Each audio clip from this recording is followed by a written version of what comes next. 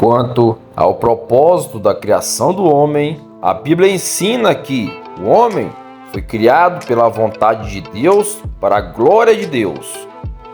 Tu, Senhor e Deus nosso, és digno de receber a glória, a honra e o poder, porque criaste todas as coisas, e por tua vontade elas existem e foram criadas. Apocalipse capítulo 4, versículo 11. Direi ao norte, entregue-os, e ao sul, não os retenha. De longe tragam os meus filhos, e dos confins da terra as minhas filhas. Todo que se é chamado pelo meu nome, a quem criei para a minha glória, a quem formei e fiz. Isaías capítulo 43, versículo 67. Nele fomos também escolhidos, tendo sido predestinados conforme o plano daquele que faz todas as coisas segundo o propósito da sua vontade, a fim de que nós, os que primeiro esperamos em Cristo, sejamos para o louvor da sua glória. Efésios capítulo 1, versículo 11 e 12. Então endurecerei o coração do faraó, e ele os perseguirá. Todavia, eu serei glorificado por meio do faraó e de todo o seu exército, e os egípcios saberão que eu sou o Senhor. Êxodo capítulo 14, versículo 4. E se Deus, querendo mostrar a sua ira e tornar conhecido o seu poder, suportou com grande paciência os vasos da sua ira, preparados para a destruição. Quer dizer, se ele fez isto para tornar conhecidas as riquezas de sua glória aos vasos de sua misericórdia, que preparou de antemão para a glória, ou seja, a nós, a quem também chamou, não apenas dentre os judeus, mas também dentre os gentios. Romanos capítulo 9, versículo 22 ao 24. Algumas pessoas sugerem que a natureza do amor de Deus o compeliu a criar objetos de afetos para satisfazer a sua necessidade de expressar em comunhão, generosidade e sacrifício. No entanto, é herético dizer que Deus precisa de qualquer coisa. Como Paulo diz em Atos capítulo 17, versículo 25, e ele não é servido por mãos humanas, como se precisasse de alguma coisa, porque ele mesmo dá a todos os homens vida e fôlego e tudo mais. Deus é eternamente autoexistente e, portanto, também autossuficiente, visto que o homem não é eterno, mas tem um tempo de origem antes do qual ele não existia. E visto que para o Senhor um dia é como 1000 anos, e 1000 anos são como um dia, conforme conta-se em 2 Pedro capítulo 3, versículo 8, se Deus pudesse existir sem o homem, ele poderia ter continuado a existir sem o homem para sempre. Portanto, a criação do homem não foi devido a qualquer necessidade de Deus. Além disso, mesmo antes da criação do homem, Deus já havia criado os anjos, e antes disso, os membros da Trindade se amavam. Mesmo que o amor precise de expressão, Deus ainda não precisava criar o homem. Em vez disso, como as passagens acima indicam, Deus criou os eleitos e os réprobos, porque desejou se manifestar e ser glorificado por meio deles.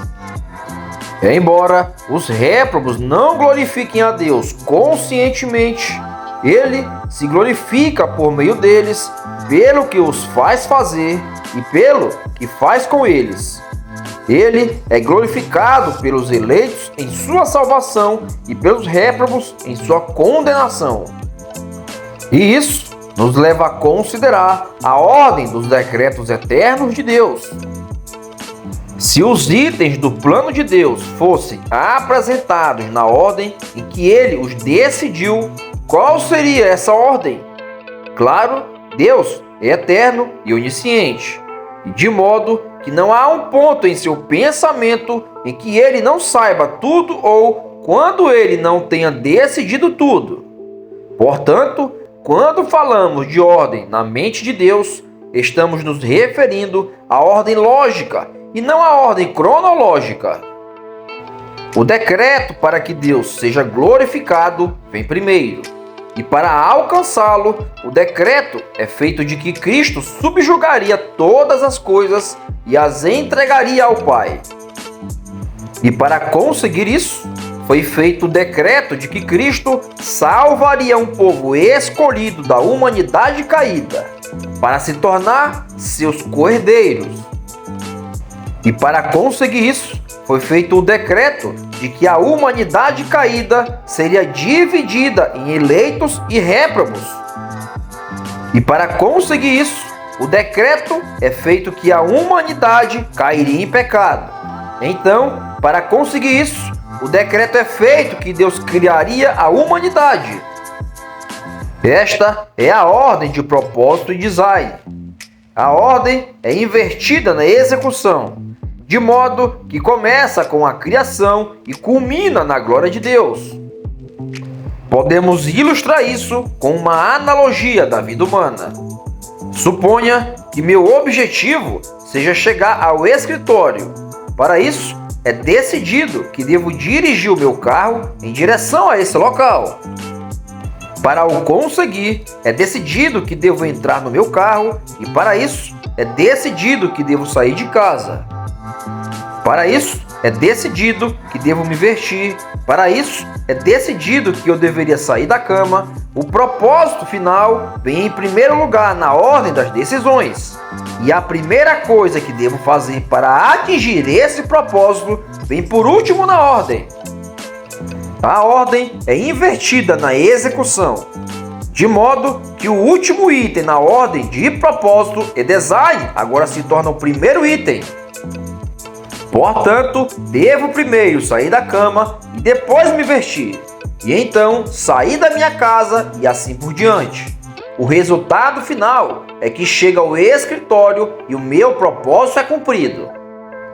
A natureza do propósito e design necessita de um esquema supralapsariano dos decretos eternos, no qual o decreto de eleição e reprovação aparece antes do decreto para a queda da humanidade, e no qual o decreto para a queda da humanidade aparece antes do decreto para a criação da humanidade.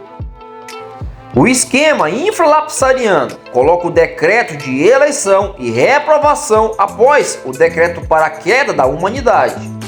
Uma razão para isso é organizar os decretos de forma que o decreto de reprovação se aplique aos pecadores reais, enquanto o supralapsariano diria que Deus decreta a queda da humanidade para que cumpra o decreto de reprovação.